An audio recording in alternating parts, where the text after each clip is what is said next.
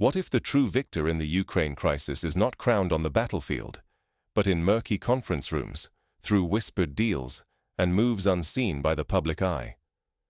Imagine the turning points of history, not as grand declarations, but as moments decided by a raised eyebrow, a subtle nod, or a handshake behind locked doors. This is the tense reality unfolding across Europe right now. Western media remains fixated on a singular question. Is Vladimir Putin about to outmaneuver every rival, rewriting the European order in his own image? In London, the atmosphere crackles with anticipation. An emergency summit is underway, drawing Volodymyr Zelensky and top European leaders together. Their mission is clear: secure ironclad guarantees of support as the specter of betrayal looms ever larger. The stakes are reminiscent of the secret negotiations at Yalta during the Second World War, when the future of nations was decided by a handful of men in a single room. Behind those thick, soundproof doors, diplomats share anxious whispers. Many believe Putin's next gambit is not mere rumor, but a calculated plan, a dramatic flight to Budapest, openly defying Western sanctions. Such a bold move would not just test Europe's resolve, it would dare the continent to respond, risking a confrontation that could spiral far beyond Hungary's borders. The memory of past diplomatic crises, the Cuban Missile Crisis, for example, hangs over the room, reminding everyone that a single miscalculation can change the course of history. The ripple effects could be immediate and dramatic. Donald Trump, known for his volatility and unpredictability, could respond with outrage, potentially fracturing the already fragile unity among Western allies. This scenario echoes the deep divisions at the Paris Peace Conference after the First World War, where the inability to reconcile different priorities sowed the seeds of future conflict. Meanwhile, Trump's shifting rhetoric on Ukraine only adds to the uncertainty. In recent weeks, he has oscillated between promising swift peace and issuing vague threats, leaving both allies and adversaries in a state of nervous anticipation. Germany and France, the historical anchors of European stability, are paralyzed by scandals and infighting, their capacity for decisive action undermined at a moment when the continent needs resolve more than ever. The risks are greater now than at any point since the end of the Cold War. A single misjudgment, a word spoken out of turn, a misinterpreted signal, could shatter Europe's reputation for unity, threaten the fragile peace established over decades, and upend the global order in ways that few dare to imagine.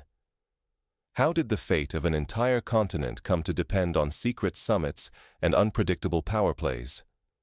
What chain of events led Europe to this precarious brink? This story, like the intricate moves of a chess game, is a tale of political crises and covert maneuvers, with each revelation exposing a deeper layer of the high-stakes game playing out behind closed doors. The immediate crisis centers on Vladimir Putin's rumored flight path to Budapest, a move that has become Europe's latest diplomatic flashpoint. The world's gaze is riveted on the impending summit between Donald Trump and Vladimir Putin in Budapest. This meeting holds the potential to reshape the balance of power across the continent, just as the Helsinki summit did during the late stages of the Cold War. Behind closed doors, American Secretary of State Marco Rubio and Russian Foreign Minister Sergei Lavrov are preparing for direct talks. The Western media is abuzz with speculation. Will their anticipated handshake on the 23rd of October signal a new era or unleash fresh chaos? But the true tension is not just about dates and venues. It is about the air above Europe. In a surprising departure from its usual caution, Bulgaria has signaled it may open its airspace to Putin. This seemingly procedural decision could set off a domino effect across the continent, forcing countries to declare their loyalties and values in real time. Consider the agonizing dilemma facing Poland. If Polish authorities block Putin's flight, they risk incurring Donald Trump's wrath for obstructing peace efforts. If they allow the overflight, they might appear to be capitulating to Moscow. This is a classic lose-lose scenario, reminiscent of the dilemmas faced by small nations during the Suez Crisis, when every decision carried immense geopolitical weight. Polish officials are haunted by the memory of the tragic plane crash near Smolensk in 2010, a national trauma that resurfaces whenever Russian airspace is mentioned. ghosts of that disaster linger, coloring every decision with a sense of caution and dread. Lithuania, on the other hand, stands resolute. Its leaders have declared, in no uncertain terms, that the only European destination suitable for Putin is not Budapest, but The Hague, a clear reference to international justice and accountability. Their refusal to compromise demonstrates the power of principle over pragmatism, a stance that echoes the moral clarity shown by Iceland during the Cold War, when it stood firm against Soviet pressure. Every choice made now sets a precedent for the future. A single misstep could fracture Europe's already fragile unity, reignite United States-Russia hostilities, or establish dangerous new norms for how international law is applied or ignored. The contest over airspace has become a metaphor for the wider struggle for influence, security, and credibility across the continent. Yet, as leaders obsess over logistics and the optics of their routes, a crucial perspective is missing from the conversation. The countdown to the summit ticks on, but the absence of a critical voice threatens to undermine every decision made in Budapest. Ukraine, the nation whose very existence is on the line, is conspicuously absent from the negotiating table. What happens when a country fighting for its survival is excluded from decisions about its own future? Right now, Ukraine's fate is being debated in distant capitals, far removed from the daily realities of war and loss. President Zelensky, denied a seat in Budapest, rushes to London, desperate to secure security guarantees, concrete proof that the West still values his nation's struggle. This exclusion is not merely an affront, it is a dangerous precedent. The European Union warns that any peace imposed without Ukraine's consent will be inherently unstable. History offers stark lessons here. The Munich Agreement of 1938, which excluded Czechoslovakia, resulted in short-lived peace and long-term catastrophe. Diplomats stress that a solution devised without Ukraine's participation risks repeating the mistakes of the past. Instead of fostering stability, it invites further instability, or even outright betrayal, threatening to fracture the continent along old and new fault lines.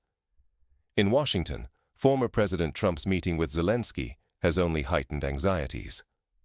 Eyewitnesses describe the exchange as volatile. Trump reportedly floated the idea of a deal for Donbass, fixated on ending the war quickly, and even lamented his absence from the ranks of Nobel Peace Prize laureates. Zelensky emerged from the meeting with the chilling realization that American policy could shift in a single handshake, leaving Ukraine exposed and vulnerable. This uncertainty is filtering down into the public consciousness. Recent polls reveal that more than half of Ukrainians now believe the United States is pressuring Kyiv to accept an unjust settlement. Trust in Western support is eroding, replaced by a mounting fear that years of sacrifice may be traded away for a fragile ceasefire or a fleeting diplomatic victory in Budapest. On the front lines, the consequences of these distant negotiations are immediate and brutal. In the eastern city of Kupiansk, Ukrainian defenses are stretched to the breaking point. Soldiers and civilians alike live each day under the shadow of war, their hopes for peace tempered by the harsh reality that decisions made far away may decide their fate. The risks for Ukraine are existential. The nation faces the possibility of losing its hard-won sovereignty or being forced into a settlement it cannot accept. For the West, the question is whether its alliances can withstand the strain, or if fatigue and self-interest will determine a new, more perilous order. As confidence crumbles and tempers flare, even the most secure Western capitals are beginning to feel the pressure. The ripple effects of mistrust and division are being felt in Berlin, Paris, Warsaw, and beyond. Every leader's next move could tilt the balance, for better or worse. In Berlin, Chancellor Merz has sent shockwaves through the political landscape by embracing hardline rhetoric on migration and security. His aggressive stance has ignited outrage not only among opposition parties, but even within his own party, a sign of deepening divisions. Each speech risks eroding the legitimacy that has long anchored German democracy. This crisis is not limited to political posturing. Across Germany, far-right movements are gaining ground, fueled by public fears over migration, crime, and a growing sense that traditional institutions are no longer capable of delivering security or prosperity. What began as fringe discontent now threatens to upend the post-war order, turning every election into a test of democracy's resilience. Meanwhile, France is grappling with an unprecedented scandal. Former President Nicolas Sarkozy has been sentenced to prison for corruption, shattering the nation's faith in its justice system and leadership. For a republic built on ideals of liberty, equality, and fraternity, the downfall of a president is a seismic event, shaking public trust and undermining the rule of law. These internal crises are not occurring in isolation. External actors are watching closely, eager to exploit any sign of weakness. The United States has recently blocked a European Union initiative to use frozen Russian assets for Ukrainian aid, exposing deep fissures within the Group of Seven and weakening Europe's financial leverage. Without strong American backing, European efforts to support Ukraine are left vulnerable. This emboldens Moscow, sows doubt among allies, and encourages new power centers to emerge. In Uzbekistan, for example, a historic UNESCO conference is drawing global attention, symbolizing the eastward shift of cultural and political influence. The rise of new alliances and rivalries across continents signals a broader transformation in global politics. Old certainties are fading, replaced by a fluid, unpredictable landscape. If Europe's leaders falter now, they risk not only empowering their adversaries, but also losing vital financial tools and their place on the world stage. The consequences could reshape not just Ukraine's fate, but the future of peace and security for generations. As Europe's leaders scramble to find solutions, the world braces for the next act in this unfolding drama: the summit in Budapest. Here, behind closed doors, the future of Ukraine and the Western order will be decided. At times like these, the true currency of diplomacy is not just paper agreements, but the faith that people place in their leaders. Every statement, every rumor, every debate reverberates far beyond the negotiating room. In the digital age, rumors spread with lightning speed, and a single careless remark can undermine months of careful diplomacy. Internal divisions can be as destructive as any foreign threat. As leaders argue over flight paths and the fate of Ukraine, splits within nations, whether scandals in Germany or police feuds in Ukraine, chip away at stability from within. History is full of examples where societies crumbled not from external attack, but from internal decay. The collapse of the Roman Empire, for instance, was hastened as much by infighting and corruption as by barbarian invasions. Public opinion is not mere background noise. The trust that people place in their government and institutions is the glue that holds societies together in times of stress. When that trust is broken, by scandal, by broken promises, by perceived betrayal, the ability to unite, to sacrifice, or to resist outside manipulation is fatally weakened. The headlines may seem distant and abstract, but their effects are personal and real. Scandals in France and Ukraine do not just topple politicians, they shatter families, erode communities, and reshape lives. Even private decisions, made in the intimacy of family or friendship, can echo the broader unrest and anxiety that grip the continent in times of crisis. The lessons of history are clear. When societies fail to learn from uncertainty, they invite disaster to repeat itself. Policy blunders, shattered trust, and the real human costs. These are the recurring themes of crises past and present. The emergencies of tomorrow are born from the lessons ignored today. As the summit in Budapest approaches, the pressure mounts for every leader and every citizen. The question that remains is whether Europe can adapt to these new realities, or whether it will be trapped by the mistakes of the past. Power rarely announces itself boldly. Instead, it often shifts quietly, in the shadows. While the world's attention is fixed on headlines about summits and scandals, the real decisions shaping Europe's future are made far from the public eye. At this moment, the fate of Ukraine and the entire European order hangs on these hidden choices. Every whispered agreement, every private handshake shapes the lives of millions, unseen and unaccountable. When citizens stop paying attention, they surrender their role in history. They allow a handful of leaders to write the next chapter, while the rest become mere bystanders to their own future. This crisis is not just about shifting borders or dramatic press conferences.